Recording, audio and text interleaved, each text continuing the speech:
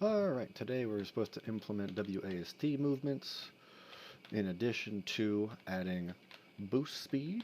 So as you can see right here, we have move speed, then we have boost speed. When I press the shift key, you won't be able to see it, but my speed goes up to 25. When I release, it goes down, and it also works on the right one as well.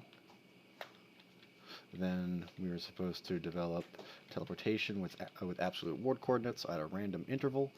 Right here, this was for when I was doing testing for direct teleportation in case I want to do that later, or we want to do that later. This is for the actual project of randomizing from a minimum distance to a maximum distance.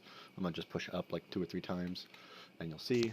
So 1, 2, 3, 4, each doing different directions, and even when I rotate it, it still goes absolute, does left and right.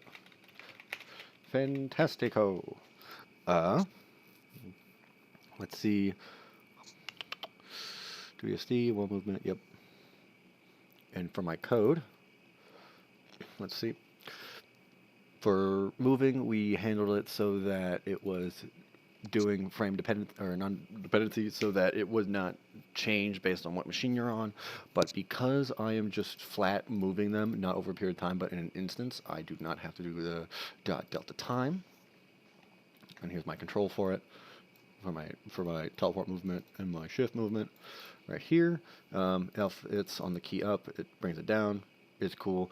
And last but not least, we use vectors in game development for when we need a just general flat direction and set distance for objects. So like if you're moving forward or up or left or right, you don't need to just do the flat number calculations for movement. You can just say, hey, I want to move in that direction this much distance.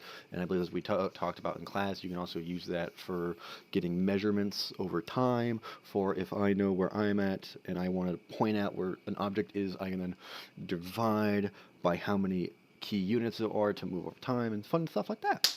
So yeah, this is my project. This is where we're at. Hope to see you next time.